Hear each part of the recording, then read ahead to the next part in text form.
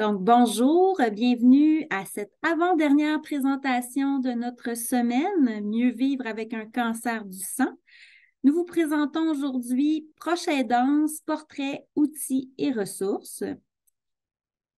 Dans cette présentation, Valérie Hamel, chef d'équipe à l'appui, discutera avec vous de la réalité et des besoins des aidants, des outils pour prévenir l'épuisement et des ressources qui sont à votre disposition. Donc, je me nomme Jennifer Héroux-Bourduas, je suis responsable des services à la communauté pour l'Est du Québec à la Société de leucémie et lymphome du Canada. Je serai la modératrice de cet événement en ligne. La présentation durera environ 60 minutes et comprendra une période de questions et de réponses à la fin. Puisque vous êtes nombreux et en mode silencieux, nous vous invitons tout au long de la présentation à écrire vos questions dans la zone questions et réponses au bas de votre écran et nous les lirons à voix haute à la fin. En raison du grand nombre de participants et du temps limité, il se peut que nous ne soyons pas en mesure de répondre à toutes les questions. Notez également que notre conférencière ne peut pas répondre à des questions spécifiques sur votre état ou l'état de santé d'une personne. Soyez assurés que si nous ne répondons pas à votre question pendant la présentation en direct, un responsable des services à la communauté vous contactera personnellement dans les jours suivant la présentation. Prochaine diapo. Nos responsables des services à la communauté sont là pour vous.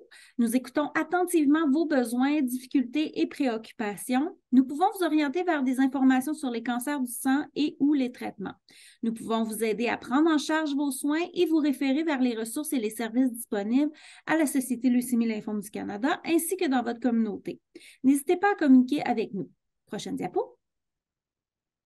Nous vous invitons à consulter notre site Internet www.cancerdusang.ca pour trouver toutes les ressources nécessaires pour vous soutenir dans votre rôle de proche aidant. L'objectif de notre site Internet est de mieux servir la communauté et d'offrir une meilleure expérience. Des sections distinctes sont disponibles pour les proches aidants, les enfants, les adolescents et les jeunes adultes, pour des survivants, les personnes qui vivent avec un cancer du sang chronique, etc. Prochaine diapo. Toujours sur notre site Internet, vous trouverez différents outils, comme ces feuillets informatifs que vous voyez à l'écran, pour vous aider à soutenir votre proche touché par un cancer du sang. Vous pouvez les télécharger gratuitement. Prochaine diapo. Peut-être connaissez-vous notre appli Santé. C'est une ressource gratuite qui est disponible en français et en anglais et qui peut vous aider à naviguer l'expérience du cancer. L'application vous aide à suivre les effets secondaires, les médicaments, l'alimentation et le journal d'hydratation. L'application permet également d'offrir des rappels de médication et comporte un planificateur de repas nutritifs ainsi que de nombreuses recettes pour vous aider à bien vous alimenter. L'aidant peut également avoir accès à l'application. Elle peut être téléchargée gratuitement sur les appareils Apple ou Android. Prochaine diapo. Il est maintenant temps de vous présenter notre conférencière Valérie Hamel, chef d'équipe à l'appui. Madame Hamel a œuvré au sein de la Société canadienne du cancer pendant 15 ans, principalement à titre de conseillère principale à la ligne Cancer J'écoute. L'amélioration de la qualité de vie étant encore et toujours au cœur de ce qui nourrit son engagement, elle agit désormais à titre de chef d'équipe à InfoAidant, le service personnalisé d'écoute, d'information et de référence offert par l'appui pour les proches aidants. Merci d'être avec nous aujourd'hui, Madame Hamel. La parole est à vous. Merci, Jennifer. Vous m'entendez bien? Merci beaucoup, Jennifer. D'abord, je suis ravie d'être avec vous aujourd'hui. Je suis un peu enrhumée aujourd'hui, donc vous allez me voir prendre un peu d'eau durant la présentation. C'est la saison des rhumes en ce moment. Je souhaite remercier là aussi la Société de leucémie et lymphome du Canada de nous avoir invités à présenter la Proche aidance dans le cadre de ces conférences nationales virtuelles. Et aujourd'hui, comme Jennifer a mentionné, donc c'est sur la Proche aidance, un portrait que j'ai envie de vous présenter, un portrait de la Proche aidance qui est général. Il va y avoir aussi peut-être un petit moment où on va aborder la Proche aidance en contexte de cancer. On va aborder les outils et les ressources également. Ce que j'ai envie de vous proposer, c'est pour aujourd'hui, je vais vous présenter un petit peu l'appui, l'organisme pour les proches aidants. Également un portrait des personnes proches aidantes, leurs besoins, les conséquences vécues, puis les aspects positifs aussi de l'approche aidance. Comment se prémunir? On va parler de prendre soin de soi, qu'est-ce que ça veut dire, mais comment se prémunir aussi de l'épuisement. Et on va aborder les ressources et je vais aborder les ressources à la toute fin et les services qui peuvent aider les proches aidants. Et conclure avec une période de questions. Donc, l'appui pour les proches aidants dessert toutes les personnes proches aidantes au Québec. Notre organisme a pour mission d'améliorer la qualité de vie des personnes touchées par différentes atteintes. Et on offre des services. Comment on peut améliorer la qualité de vie des personnes proches aidantes? C'est par des services directs comme Info Aidant et des programmes de formation que je vais parler ultérieurement. On octroie aussi du financement à des organismes qui viennent en aide aux proches aidants à l'échelle du Québec. En plus des services directs que l'on offre aux personnes proches aidantes partout au Québec, on soutient le milieu aussi communautaire et d'économie sociale afin d'augmenter, mais aussi d'améliorer les mesures de soutien offertes aux proches aidants du Québec. J'aimerais en fait vous présenter, je me permets d'employer une citation de Madame Rosalind Carter, qui était une première dame des États-Unis à une autre époque, qui est décédée tout récemment, à l'âge de 96 ans. Elle a dit que il y a 4 types de personnes dans le monde. Ceux qui ont été proches aidants, ceux qui sont présentement proches aidants, ceux qui seront proches aidants et ceux qui ont besoin d'aide. Et je trouvais que cette citation-là trouvait écho avec les prochaines diapositives que je veux vous présenter. Parce qu'en 2022, il y a l'APUI qui a réalisé une enquête sur la proche aidance. Cette enquête s'intitule l'enquête statistique sur la proche aidance au Québec. Et ça met en évidence, si on veut, l'augmentation de la proche aidance au Québec. Et je trouvais que cette citation-là se portait bien. J'ouvre une parenthèse, si vous êtes intéressé aux différentes modalités de cette enquête, que ce soit l'échantillonnage, la façon que les données ont été colligées, je vous invite à consulter le site de l'appui que vous allez pouvoir voir, en fait, l'adresse à la toute fin. Donc, je nommais que l'augmentation de la proche aidance au Québec, l'enquête a révélé cette augmentation-là. Et je vais avancer la diapo.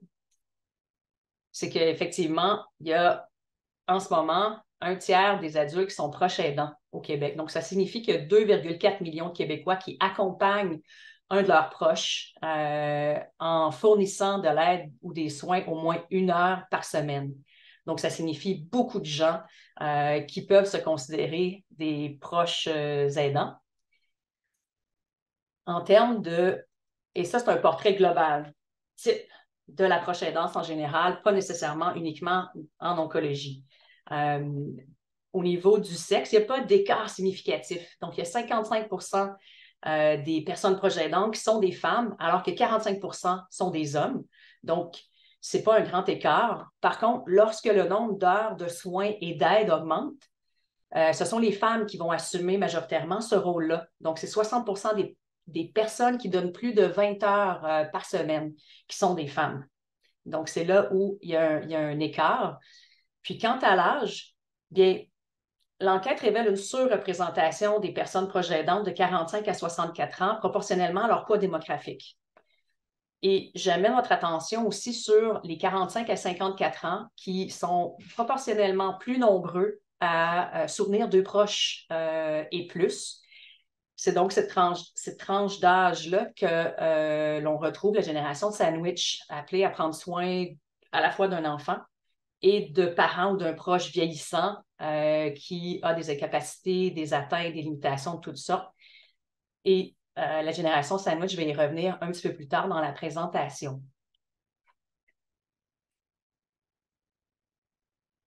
Pour ce qui est, en fait, de l'âge, j'ai lu tantôt, je parlais des proches aidants. Pour ce qui est de l'aider. Donc, l'âge des personnes aidées, l'enquête a démontré que 66 des personnes aidées ont 65 ans et plus. C'est certain qu'en raison là, du vieillissement accéléré de la population québécoise, la proportion de proches aidants de personnes aînées est appelée à augmenter de manière considérable au cours des prochaines années. Mais j'aimerais aussi attirer votre attention sur le 7 de personnes aidées âgées de moins de 21 ans. Donc, sur un point également que je vais revenir un peu plus tard dans la présentation. Pour ce qui est du lieu de résidence de l'aidé, bien, la personne aidée réside principalement à son domicile. Cependant, c'est quand même 76 des personnes proches aidantes donnant 20 heures et plus de soutien par semaine qui demeurent avec l'aidé. Et 61 des personnes proches aidantes d'une personne de moins de 21 ans vivent avec l'aidé. Donc, des statistiques qui ne sont pas très surprenantes non plus lorsqu'on donne énormément d'heures de soutien. La personne habite le même domicile que l'aidé. Pour ce qui est des principaux liens entre les aidants et les aidés, la majorité, c'est de nature familiale. Donc, on parle de parents, de conjoints, d'enfants, la fratrie, donc des frères, des sœurs. C'est quand même intéressant de constater qu'il y a 14 des proches aidants qui n'ont pas de lien de parenté avec la personne aidée, que ce soit des amis, des voisins, des collègues. Puis ça, il y a quand même quelque chose d'intéressant d'avoir l'implication des voisins, des amis, des collègues. C'est un constat qui est positif. Ça marque la construction d'une communauté bienveillante, mais aussi la mobilisation de l'entourage. Ce n'est pas seulement familial. On peut étendre un peu plus dans notre réseau de soutien, d'aller chercher de l'aide au-delà du noyau familial. Donc, c'est quelque chose de positif par rapport à cette donnée.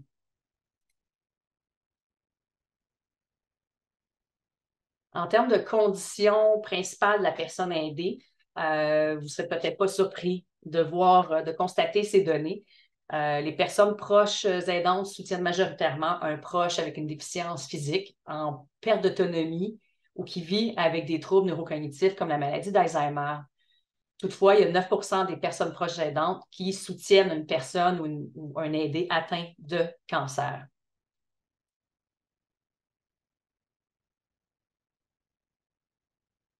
Pour ce qui est de la situation d'emploi des proches aidants, bien, il y a seulement, en fait, on constate que 46 des personnes qui travaillent à temps plein.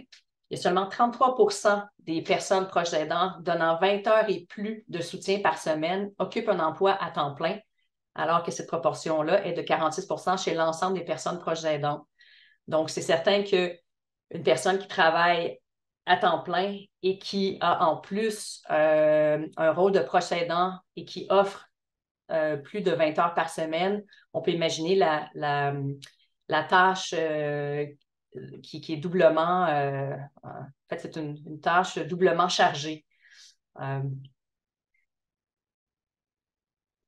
Le point fort, selon moi, de cette enquête, c'est un point qui frappe quand même, c'est que l'enquête a démontré qu'au Québec, il y a un peu plus du tiers, soit 35 des proches aidants qui ne se reconnaissent pas a priori comme tels, qui ne se reconnaissent pas comme un proche aidant. C'est seulement lorsqu'on va les questionner pour savoir s'ils posent certains gestes de soutien, qui apportent de l'aide, des soins à l'égard d'un proche, qu'on constate qu'ils sont proches aidants.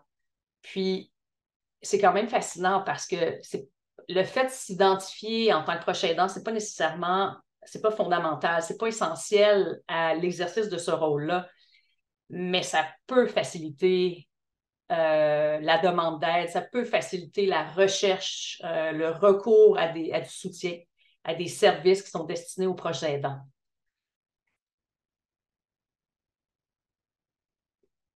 Pour ce qui est des principaux types de services, en fait, qui sont principaux, pardon, pas services, mais principaux types de soutien offerts à l'aidé, c'est que tout au long de leur parcours, les proches aidants vont aider leurs proches à plusieurs niveaux. Comme vous le constatez là, ça peut être de l'ordre du soutien émotionnel, ça peut être en termes de transport, de travaux domestiques, de l'aide aux soins personnels, jusqu'à des transactions bancaires, du soutien à la participation sociale ou toutes les obligations légales, juridiques aussi, de l'ordre qui est un peu moins prédominant, qui est de l'ordre de 10 %. Donc, tout azimut, un proche aidant a un rôle qui peut être de différentes natures, différents degrés également.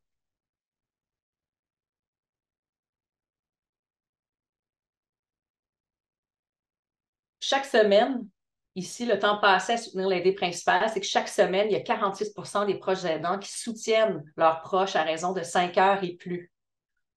C'est quand même un temps que l'on prend avec la personne aidée, mais pour les 20 heures et plus, ce qui a été révélé par l'enquête, c'est que 33 % des aidants d'une personne de 21 ans apportent du soutien 20 heures et plus par semaine. Donc, c'est énormément de temps passé à soutenir l'aidé principal également. Les besoins de service des personnes proches aidantes varient selon le nombre d'heures qu'elles offrent à leurs proches. Ça peut être de l'ordre de l'aide à domicile, du soutien psychologique, des fournitures médicales, de l'équipement, des activités de formation ou de transfert de connaissances pour être en mesure de mieux comprendre la maladie, mieux l'anticiper, et aussi de l'information. Et une autre donnée qui est quand même intéressante, que je n'ai pas ajoutée, c'est l'impact du rôle de proche aidant sur la qualité de vie. Les proches aidants qui se révèlent très ou assez satisfaits de leur qualité de vie et qui totalisent 82 %. On a observé aussi que l'intensité de l'implication des proches aidants a une incidence négative qui est directe sur la perception de leur qualité de vie. Donc, plus le nombre d'heures de soutien augmente, moins les proches aidants ont une appréciation positive de leur qualité de vie. Un point à garder en tête. Je vais reculer. Et pour les différentes données que je vous ai données, pour en avoir davantage, je vous invite à consulter l'enquête qui se retrouve sur le site de l'appui.org.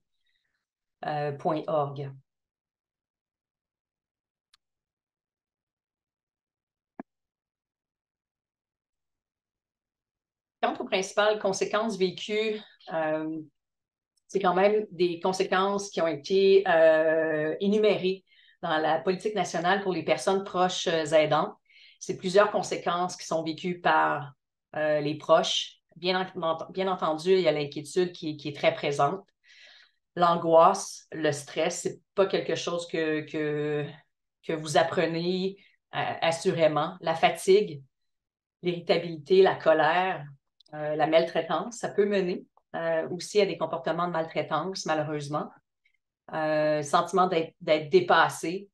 On peut aussi, les proches aidants vont nommer la détérioration de leur état de santé global, que ce soit l'état de santé physique, cognitive, émotionnelle, spirituelle, l'isolement social aussi à l'occasion qui va être nommé comme étant une conséquence qui est vécue par les proches aidants.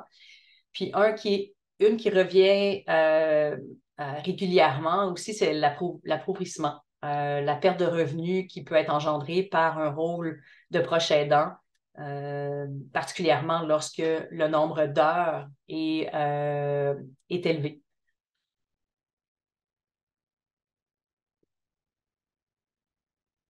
Il y a également des aspects positifs que l'on constate. Il y a quand même, malgré les conséquences, on constate qu'il y a un enrichissement, les proches aidants constatent qu'il y a un enrichissement de la relation au sein de la dyade entre la personne, le proche aidant et l'aidé, mais également au niveau de la famille.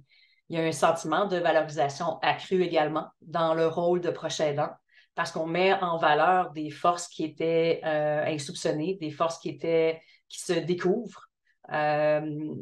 Ça mène à des occasions d'apprentissage aussi qui peuvent être transposées dans d'autres sphères de la vie. Et ça permet aussi de développer sa confiance en ses propres aptitudes, au-delà du sentiment d'utilité qu'on a comme proche aidant à venir en aide à un proche, à une personne atteinte, qui a une atteinte ou qui a un handicap, qui a des limitations. Et c'est possible aussi qu'il y ait un enrichissement de la dynamique au sein de la famille, au sein de l'entourage immédiat ou ou à proximité, en apprenant à gérer les conflits, en travaillant en équipe, en apprenant à communiquer ensemble.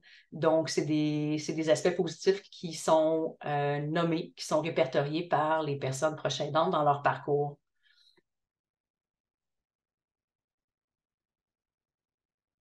Les défis, bien, il y en a plusieurs. Ce que je souhaitais mettre en valeur, c'est de se reconnaître comme personne proche aidante. Comme vous avez vu avec les statistiques que j'ai présentées, 35% des personnes qui ne se reconnaissent pas comme étant une personne proche aidante. Donc, c'est un défi parce que ça peut mener justement à l'épuisement. D'être reconnu comme personne proche aidante au sein de son entourage, auprès de son employeur, auprès des instances. Il peut avoir des obstacles quand même assez importants de ne pas être reconnu comme personne apportant un soin, du soutien à une personne, à un aidé, d'être soutenu par son entourage, d'être bien soutenu par son entourage. Je vais y revenir un petit peu plus tard. Trouver et obtenir les services appropriés dans son milieu aussi peut être un défi dépendamment de la région où on habite. Il peut y avoir différents facteurs qui viennent jouer en ligne de compte, mais d'être en mesure de demander et accepter de l'aide aussi est un défi qui est important, d'apprendre à reconnaître qu'on a besoin d'aide. Il y a la façon aussi de conjuguer le travail ou les études, la famille et la proche aidance, ça peut s'avérer être un défi en soi. Et prendre du temps pour soi, découvrir, exprimer ses limites. Je vais en glisser un mot un petit peu plus tard là, lorsque je vais aborder là, le volet de prendre soin de soi. J'espère que jusqu'à maintenant, le rythme est bon. Je poursuis. Donc, la proche aidance en contexte de cancer. Les éléments de la proche aidance en contexte de cancer que je souhaite mettre en lumière avec vous aujourd'hui, c'est une mobilisation aiguë. Qu'est-ce que j'entends par mobilisation aiguë? Il y a une mobilisation aiguë qui est liée au diagnostic de cancer. C'est comme un état de tension qui survient lorsqu'il y a annonce du diagnostic. On ne se le cachera pas, le cancer, c'est une maladie grave qui est complexe, qui peut s'avérer mortelle. Donc, c'est une maladie qui fait peur. Il y a une atteinte à la vie, il y a une urgence d'agir immédiatement, le plus rapidement possible. La personne atteinte vit cette mobilisation aiguë-là, mais aussi les proches autour de la personne qui reçoit un diagnostic de cancer, même aussi l'équipe soignante. Tous sont appelés à se mobiliser à différents niveaux, à différents degrés dans l'urgence. Mais cet état de tension-là, elle est vécu aussi à d'autres moments dans la trajectoire de la maladie. C'est un état de tension qui peut survenir à différents moments. C'est comme l'approche aidance se vit aussi par intervalles et ça peut être caractérisé par des périodes de tension au sein de la trajectoire, puis que ça demande beaucoup d'énergie de la part des personnes impliquées. Il y a des changements avec les traitements, donc il y a une mobilisation à nouveau, il y a de l'apparition d'effets secondaires, possiblement à nouveau, c'est quelque chose de nouveau, un état de tension qui peut survenir. Et donc, c'est pour ça que ce n'est pas uniquement une mobilisation aiguë, particulièrement une mobilisation aiguë lors du diagnostic, mais ces états de tension peuvent survenir aussi à d'autres moments dans l'expérience de la maladie. La bonne nouvelle, et c'est une bonne nouvelle, c'est qu'il y a quand même des avancées dans la recherche contre le cancer qui ont aidé notamment à réduire les effets secondaires des traitements et surtout augmenter le taux de survie des suites d'un cancer. Donc, il y a de plus en plus de personnes qui survivent au cancer. Et ça, c'est une bonne nouvelle, c'est de bon augure. Et ça n'empêche pas quand même qu'il y a une certaine peur au départ et que ça mobilise l'ensemble des personnes impliquées qui est en lien avec le diagnostic de cancer. Un autre élément que je souhaitais mettre en lumière en contexte de cancer, c'est l'imprévisibilité. Donc, l'annonce bouleverse la vie, la maladie bouleverse ses plans de vie, ça apporte son lot d'inconnus. qui touche différentes sphères. Comme je nommais un petit peu plus tôt, les traitements, bien, on peut avoir l'apparition de possibles effets secondaires qui peuvent apporter des changements physiques, qui peuvent apporter des changements émotionnels, spirituels, comportementaux. Donc, il y a beaucoup de choses qui sont imprévisibles, qui se présentent, et la capacité d'adaptation des proches aidants est sollicitée fréquemment à différents degrés durant l'expérience de la maladie. L'anxiété, bien, ça fait partie aussi du parcours. La question d'imprévisibilité, notre capacité d'adaptation, puis le sentiment de perte de contrôle aussi temporaire ou plus persistant, mais ça peut s'avérer des moments qui génèrent stress, tension, fatigue mentale, et c'est à considérer, et c'est quelque chose qui est nommé régulièrement dans le parcours de proche aidance en contexte de cancer. Un autre point en termes au niveau du cancer, c'est la chronicité.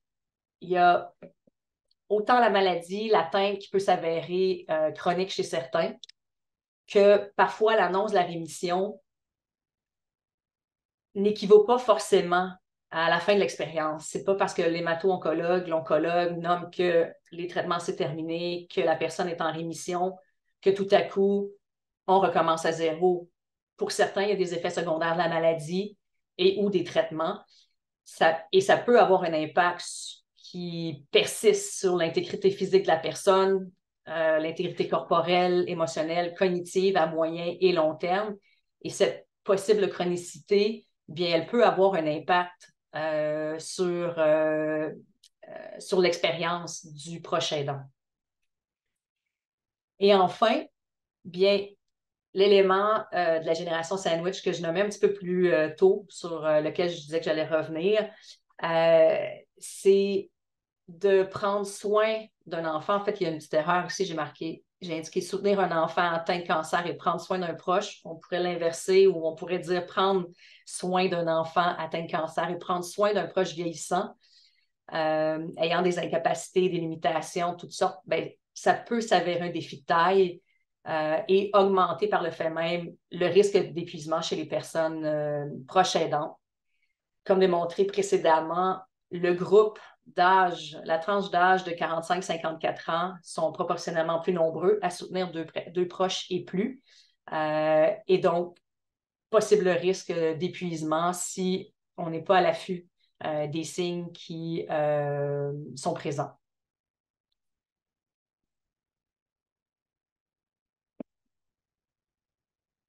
Je souhaitais également aborder l'approche aidance au masculin. Parce que comme vous avez vu un peu plus tôt, il y a 45% des personnes proches aidantes qui sont des hommes. Et pour tout type, pour les femmes et les hommes, bien, c'est normal de se sentir déstabilisé dans son rôle d'aidant, voire même se sentir prisonnier aussi.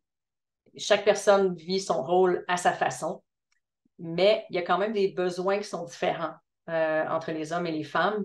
Les besoins chez les hommes, on va parler beaucoup de recherche de réponses concrètes, rapides, de besoin de parler. Parlons pas forcément à leur entourage, mais besoin de parler, besoin d'apprendre, d'avoir des connaissances en lien avec la maladie, essayer de comprendre la maladie, les soins, être en mesure d'anticiper. Donc, de l'information concrète. Donc, les services recherchés, ça va être en lien avec du répit, de l'aide pour la vie domestique, des activités ponctuelles et concrètes. Moins d'intérêt pour les groupes de parole parce que justement, ce n'est pas suffisamment concret, mais bien qu'il y ait des hommes qui apprécient ce type de ressources, ce type de service. Un fait, quand même, les hommes reçoivent souvent de l'aide plus rapidement quand ils le demandent parce que quand ils le font, lorsqu'ils le font, ils sont à bout, sont dépassés.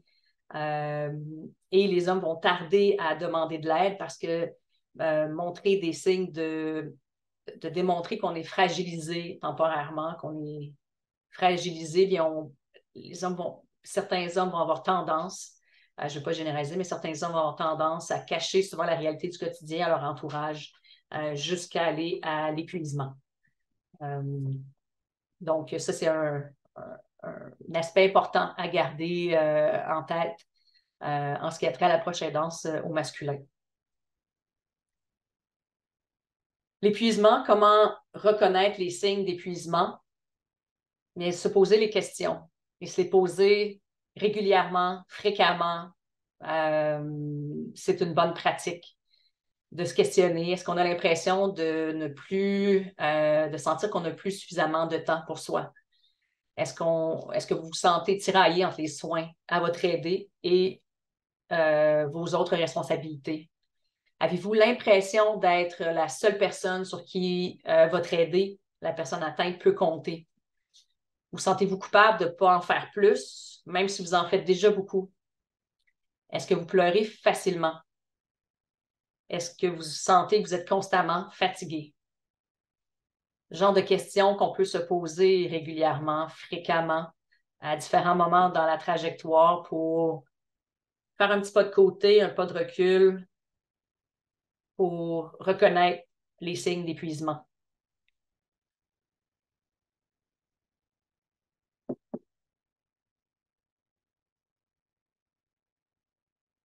La partie de prendre soin de soi, bien, c'est une partie que on discute régulièrement à Info Aidant. Prendre soin de soi. Prendre soin de soi, ça signifie quoi exactement? Bien, j'aime bien le définir comme étant une façon de contribuer activement à son bien-être. Comment contribuer activement à son bien-être? Bien, en priorisant sa santé globale, ses capacités physiques, cognitives, mentales, émotionnelles, spirituelles, en réfléchissant à ce qui contribue à son bien-être. Qu'est-ce qui me fait du bien habituellement? La lecture, le sport, les loisirs, méditer, bien dormir, bien manger, sortir, marcher. Se questionner combien d'heures de sommeil est-ce que j'ai besoin pour me sentir bien?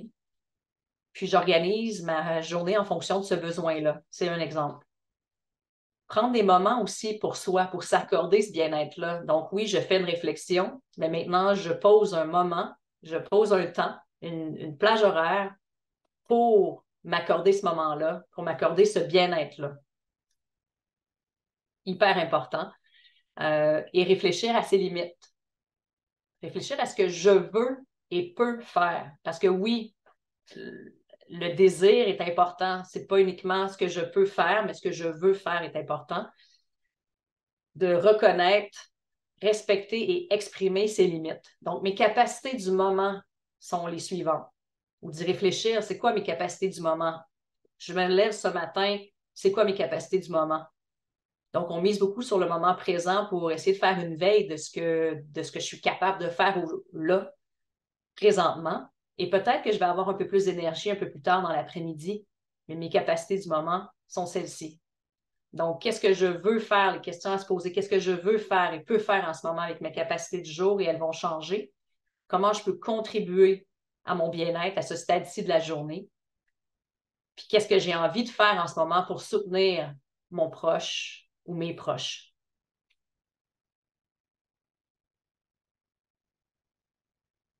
J'aime bien aussi qu'on parle de bienveillance, se parler comme si on parlerait à sa ou son meilleur ami, donc d'être doux envers soi-même, d'avoir de la bienveillance envers soi-même, de rester vigilant face aux signes d'épuisement.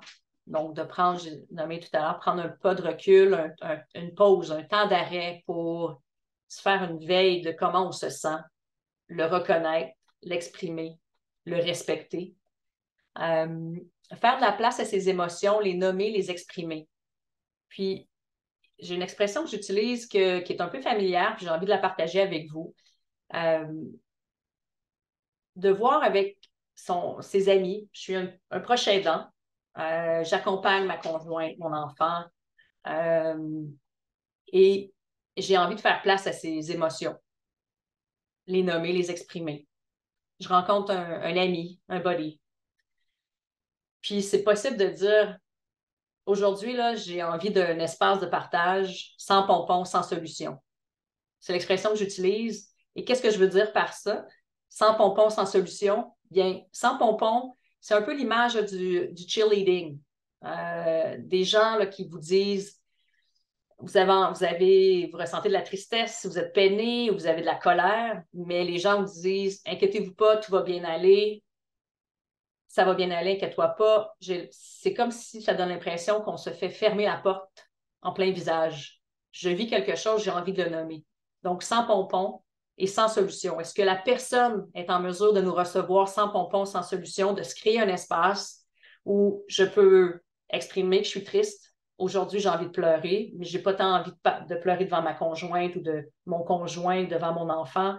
Est-ce qu'un ami ou un autre proche peut m'accueillir sans pompon et sans solution, pas à la recherche de solutions, de ressources, mais bien être dans une écoute véritable, à la limite d'être présent en silence pendant que je pleure, c'est une façon de faire de la place à ses émotions et de chercher du soutien aux besoins. Et prendre soin de soi, j'aime bien dire que c'est une pratique qui est précieuse à adopter pour améliorer son bien-être physique, émotionnel, mais pas seulement dans des situations, dans des périodes que vous jugez plus stressantes, mais aussi lors de périodes plus douces. Donc, c'est comme une pratique qui peut être agréable à instaurer lorsqu'on a des moments plus doux et à poursuivre lorsqu'on a des moments qu'on juge plus stressants. On devrait tous s'inviter à pratiquer davantage. Je pense qu'on y gagnerait. Mais ce n'est pas toujours évident de placer, de s'accorder cette priorité.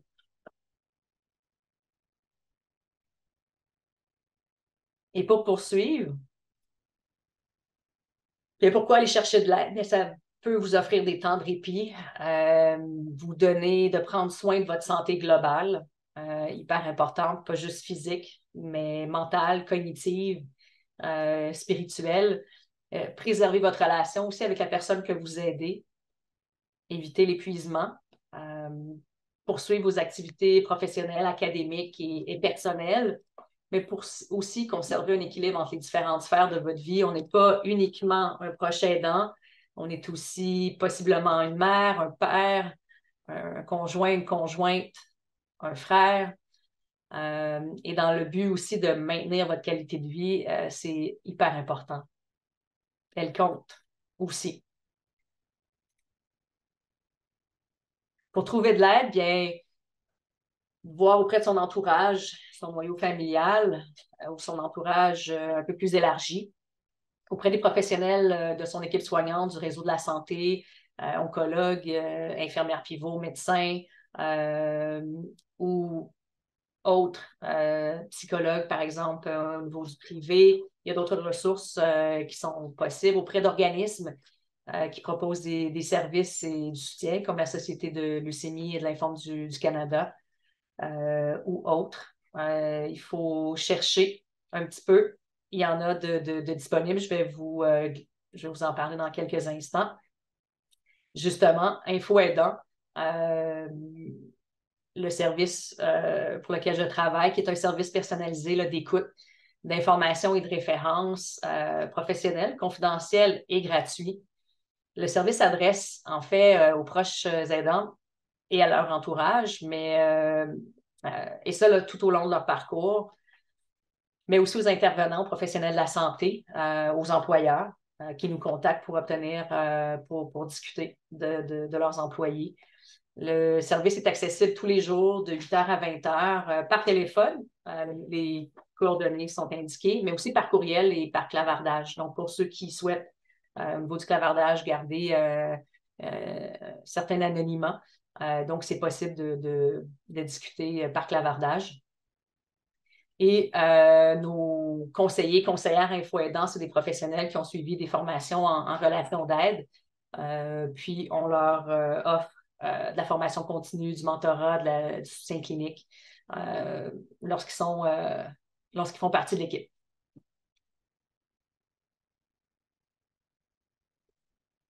Je vous parlais un petit peu plus tôt de ressources. Eh bien, on a le répertoire des ressources sur le site de l'appui, qui est en fait une banque de ressources avec plus de 1400 organismes qui sont répertoriés. Donc, lorsqu'une personne nous contacte Info Aidant et qu'elle souhaite obtenir des ressources, On va explorer avec elle son réseau de soutien, ce qu'elle a entrepris comme démarche. Et grâce au répertoire de ressources, on est en mesure de trouver quand même plusieurs services. C'est un service qui est disponible 24 heures sur 24, 7 jours sur 7, pas juste en appelant Info Aidant. Vous êtes autonome, vous pouvez aller chercher l'information vous-même à partir du site. On fait des mises à jour des ressources des organismes continuellement et on bonifie aussi en continu d'ajouter, en fait, on continue d'ajouter des ressources. On peut les trouver par différents types de services. Donc, grâce à votre code postal, on est en mesure, là, vous êtes en mesure d'aller consulter différents organismes qui existent dans votre quartier, dans votre région, selon vos besoins. Donc, je vous invite à l'utiliser, à le consulter. On y trouve des petites trouvailles à l'occasion.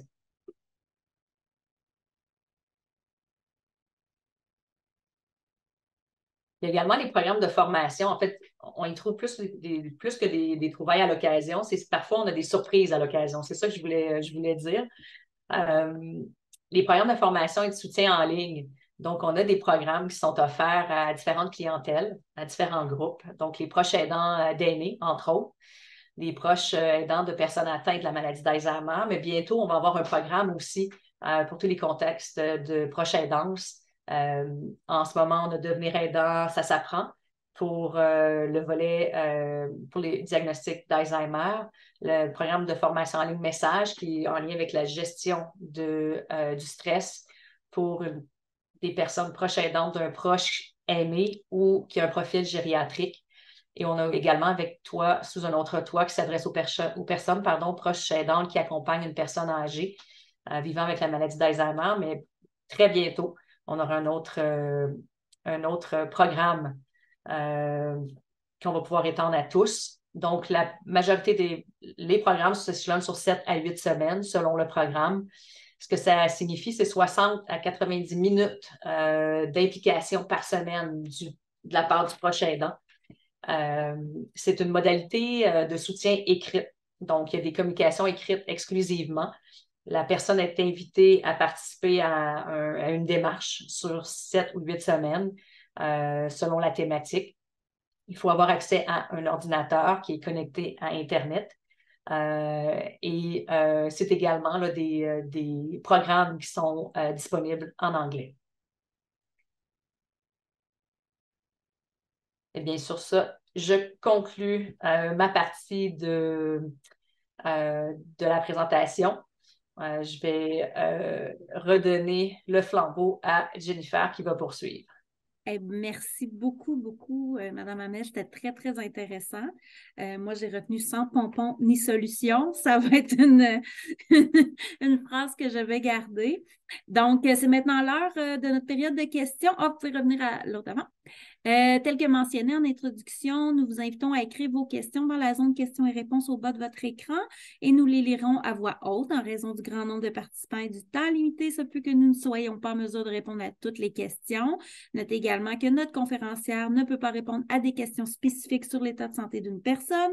Soyez assurés que si nous ne répondons pas à votre question pendant la présentation en direct, un responsable des services à la communauté vous contactera personnellement dans les jours suivant la présentation. Donc, on a reçu quelques questions. Donc, c'est sûr qu'il y a des choses que vous avez abordées un petit peu, mais peut-être, aller un peu plus en profondeur. Par exemple, on a reçu une question concernant les longs séjours à l'hôpital. Il y a une réalité aussi pour ces personnes-là. Donc, pour les longs séjours à l'hôpital, en particulier en soins intensifs, quelles sont les idées pour aider les aidants à améliorer leur état d'esprit et leur santé physique? Donc, j'imagine quand ils sont hors, ils quittent leur ville pour aller pour être hébergés là, pendant un moment dans le centre de cancérologie. Donc, je ne sais pas si vous avez des pistes de solutions par rapport à ça. Oui, de voir possiblement une piste que j'ai en tête, c'est de voir avec l'équipe soignante les services qui sont offerts à proximité. Oui.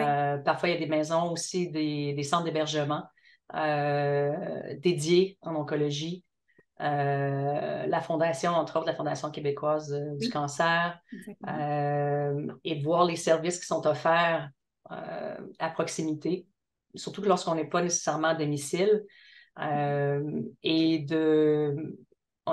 La proche aidance à distance aussi, c'est quelque chose qui, parfois, d'être présent, mais de voir avec d'autres personnes, des proches aidants secondaires, comment ils peuvent venir en aide également, peut être une autre avenue, de faire appel à un plus grand réseau si ce réseau-là est présent, mais de faire appel. Oui. Puis oui, je pense que c'est intéressant de voir que même quand on n'est pas dans notre milieu, bon, dans la communauté où on habite, on peut quand même mettre en œuvre des choses et qu'il existe des ressources. Hein. On le dit, on le mentionne, mais il existe des ressources rendues sur place. Faut demander, évidemment, souvent, la plupart du temps, mais il existe des ressources. On avait aussi une personne là, qui demandait, vous en avez parlé un petit peu, mais bon, j'ai des petites pistes aussi pour compléter, mais est-ce qu'il existe un organisme qui se spécialise dans la proche aidance en oncologie? Donc, je vais vous laisser répondre. Je pourrais peut-être là, ajouter des choses. Spécifiquement proche aidance en oncologie, non. C'est très, très niché. Par contre, AFO aidant à l'appui, c'est proche de manière générale, mais lorsque les gens nous appellent, notre équipe est tout de même formée pour bien accueillir ce qui est présent et ont des connaissances de base. Et ce qui est nommé, c'est quand même, il y a les profils, ce qui est vécu par les proches aidants se ressemble malgré tout. Puis d'accueillir une personne qui peut se sentir fragilisée temporairement, qui vit des émotions difficiles, on est en mesure d'accueillir que la personne, que l'aidée soit atteinte de cancer ou autre. Mais possible d'aller chercher de l'aide aussi auprès de ses pairs. Puis je reviens peut-être sur la première question. Il y a des groupes parfois aussi, des groupes de l'aide au niveau numérique, que ce soit des groupes sur des forums aussi. Parfois, on a envie de regarder un certain anonymat. Parce il existe maintenant un organisme, un jeune organisme là, qui est l'OSPA. Je l'ai dans la boîte questions-réponses, mais oui, c'est un organisme là, qui offre du soutien de groupes virtuels en fait, je ne m'avancerai pas, de groupes de soutien virtuels ou en personne, mais il existe ce groupe-là pour venir en aide aux proches aidants en oncologie. Donc, c'est une possibilité. Il existe votre organisme, évidemment. Il y a nous aussi qu'on offre quand même du soutien. On a un programme de soutien par les pairs. Donc, on peut faire du jumelage. Donc, on a une banque de bénévoles, de gens proches aidants qui ont passé par cette expérience-là, qui peuvent offrir un certain soutien. On a aussi des groupes de soutien virtuels, pas exclusivement, malheureusement, encore aux proches aidants, mais qui s'adressent à toute personne de la communauté des cancers du sang. Donc, il existe vraiment beaucoup de choses. Donc, en communiquant soit avec votre organisation ou avec nous, c'est sûr que vous pourrez être référé selon votre besoin. Là. Donc, en comprenant bien votre situation, on peut à ce moment-là bien vous référer comme vous le faites vous aussi là, chez vous à l'appui. Donc, voilà. Donc, j'ai la réponse, c'est des groupes de soutien virtuels pour l'organisme de soutien aux proches aidants en oncologie. Donc, je vais poursuivre au niveau d'une autre question que j'avais. On parlait de ressources, justement, s'il existait des ressources en matière de counseling. Donc, vraiment au niveau, est-ce qu'il y a un organisme qui offre des séances de counseling pour des proches aidants? Est-ce que c'est quelque chose que vous connaissez au niveau de la... Ah, vous êtes sur mute. J'ai fait pour tousser. Je ne pourrais pas vous répondre spécifiquement parce que ça fluctue, oui. Ça fluctue, puis dépendamment de ce que vous recherchez exactement. Mais je serais d'avis de contacter autant, on pourrait voir avec le répertoire des ressources, de nous appeler Info Aidant. Il y a la Société canadienne du cancer aussi qui ont des ressources. Répertoire service à la communauté, la Fondation québécoise aussi, parce que c'est très niché. Et ça varie de ville en ville, exactement. Ça varie là, de région en région. Donc, c'est vraiment encore là une bonne idée là, de contacter nous ou l'appui Ouais. ou un autre organisme. Donc, Parfois, peut-être, Jennifer, excuse-moi, excusez-moi, peut-être c'est de sortir. Parfois, on a tendance à chercher de manière très, très, très spécifique, très pointue, par exemple, des services pour les ouais, personnes qui ont une leucémie, lymphome ouais, c'est particulier, trop alors pointu, ouais, c'est ça. un peu pointu, alors que si on ouvre un peu plus, disons, à l'oncologie en général, ou même de se sortir, mais de l'oncologie, parfois ça peut être aidant parce que accueillir les émotions, de trouver une bonne personne, un professionnel compétent qui est en mesure de nous recevoir, ou du counseling de tout type, qui est en mesure de nous recevoir, de nous accueillir dans ce que l'on vit, Ouais, oncologie ou autre atteinte, c'est ouais, précieux. Donc, de oui. peut-être élargir un petit peu plus notre recherche Oui, ouais, peut ça, je être suis aidant. complètement d'accord avec vous. J'avais une question, là, puis ça peut toucher différentes questions, là, donc je fais un peu un mix, là, mais au niveau du sentiment de culpabilité. Donc, comment lutter contre le sentiment de culpabilité lorsqu'on souhaite prendre du temps pour soi? Donc, ça, c'est quelque chose d'assez majeur, je sais, là, chez les proches aidants, là. Oui, c'est une thématique qui Oui, revient, un sentiment qui revient. Ça touche beaucoup nos valeurs, oui, de voir ce qui est important, de s'asseoir, de réfléchir, de se prioriser sans se culpabiliser. C'est une pratique et de travailler, c'est de transformer un peu cette pensée-là. Il y a un article d'ailleurs sur le site de l'appui la euh, culpabilité. qui exactement, qui aborde la culpabilité et nous contacter parce qu'on pourrait en parler quand même assez longuement. Mais c'est un des enjeux les plus majeurs vécus des proches aidants. Oui, Euh, je confirme. de nous contacter pour pouvoir en parler Oui, et de parler avec la personne aussi. Parfois, de juste adresser le fait qu'on se sent coupable de prendre un temps d'arrêt pour soi, même avec l'aidé, on pourrait être surpris parfois de exactement. voir que l'autre personne aimerait, souhaiterait, privilégierait d'avoir un autre soutien pendant que l'autre s'accorde ce temps-là. Ça peut Oui, venir aider à réduire le sentiment de culpabilité, mais c'est beaucoup dans la communication, puis c'est ça. de réfléchir à ses valeurs. Euh, et il y a beaucoup de pression. Il y a une pression quand même sociale et il y a parfois une pression que l'on se met nous-mêmes comme proche aidant. C'est de mettre de côté la performance.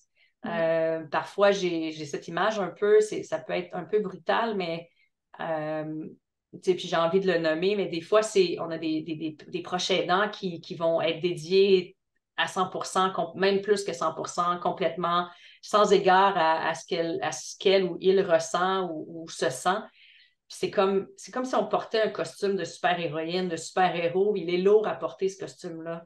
Parfois, exactement. de le ranger, puis de peut-être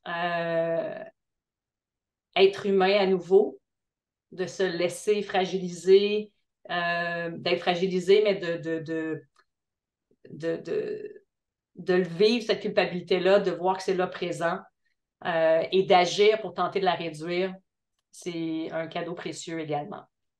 Ben, c'est très, très intéressant, c'est ce que je m'en allais dire. Je pense qu'il y a une notion de communication hein, qui est à, à travailler des fois. C'est des fois en parlant justement avec des organismes, des intervenants qui sont capables peut-être de voir faire le point avec vous et ensuite de ça, d'être capable d'en parler avec l'aider. Ça peut faire une différence ensuite dans la façon de voir la chose, puis bon, d'avoir une perspective différente peut-être par rapport à ça. Donc, oui, c'est très intéressant.